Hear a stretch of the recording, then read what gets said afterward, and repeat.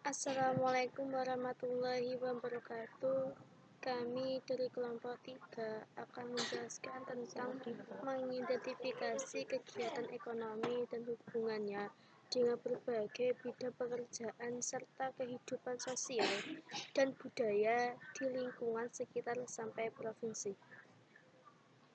Pengertian kegiatan ekonomi yaitu aktivitas manusia yang berhubungan dengan produksi, distribusi, pertukaran, dan konsumsi barang dan jasa. 2. Faktor pendorong dan penghambat yaitu sumber daya manusia, sumber daya alam, pengetahuan dan teknologi, budaya, dan modal. Saya akan melanjutkan materi dari Mbak Widya, yaitu macam-macam kegiatan ekonomi dan hubungan ekonomi dengan kehidupan sehari-hari. Macam-macam kegiatan ekonomi ada 3, yaitu kegiatan produksi, distribusi, dan konsumsi.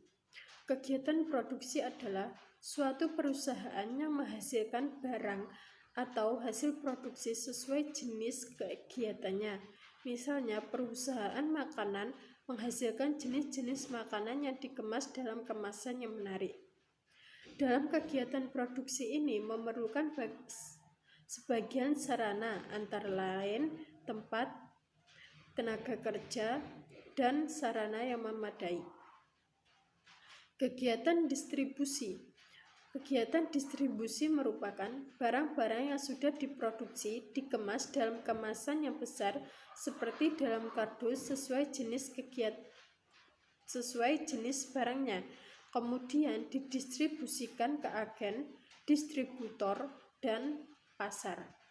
Dan yang terakhir, kegiatan konsumsi. Kegiatan konsumsi adalah aktivitas penggunaan atau memakai barang atau jasa yang dihasilkan oleh produsen. Tujuannya dari kegiatan konsumsi adalah memenuhi kebutuhan manusia dalam hidupnya. Hubungan ekonomi dengan kehidupan sehari-hari. Menurut ekonomi kapitalis, sesuai dengan pahamnya tentang rasional ekonomisme, tindakan individu dianggap rasional jika tertumpu pada kepentingan diri sendiri yang menjadi satu-satunya tujuan bagi seluruh aktivitas. Kapitalisme berusaha mewujudkan suatu ilmu ekonomi yang bersifat objektif. Faktor ekonomi dalam kehidupan bermasyarakat memegang peranan penting dalam menentukan tingkatan status sosial seseorang atau sekelompok orang di dalam lingkungannya. Selanjutnya yaitu poin B, model pembelajaran. Model pembelajaran inquiry-based learning. Inquiry-based learning adalah proses berpikir kritis dan analitis untuk mencari dan menumpukan sendiri jawaban dari suatu masalah yang dihadapi dengan berbagai sumber informasi sebagai pendukungnya. Proses berpikir itu sendiri biasanya melalui tanya jawab antara guru dengan siswa.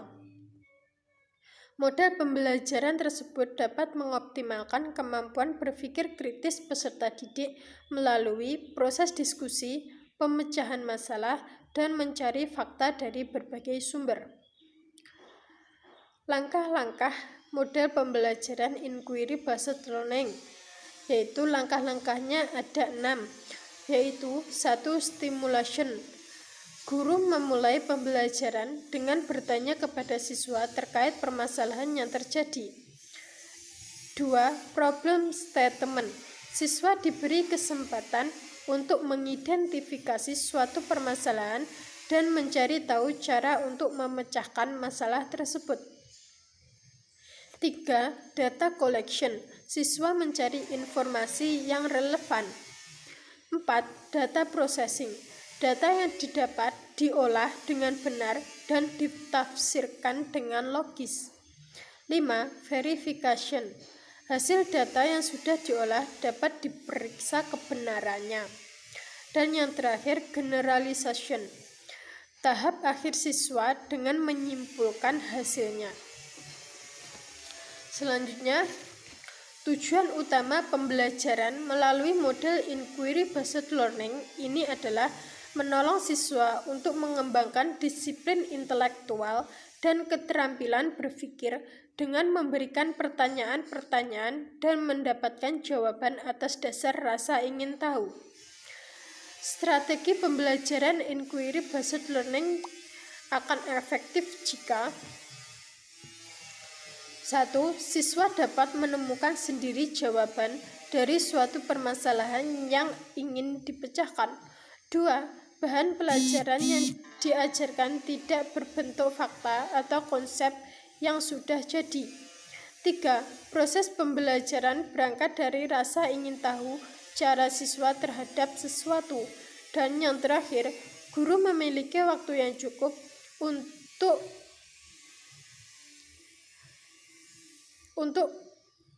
menekankan pendekatan yang berpusat pada siswa. Assalamualaikum warahmatullahi wabarakatuh. Pengertian multimedia pembelajaran.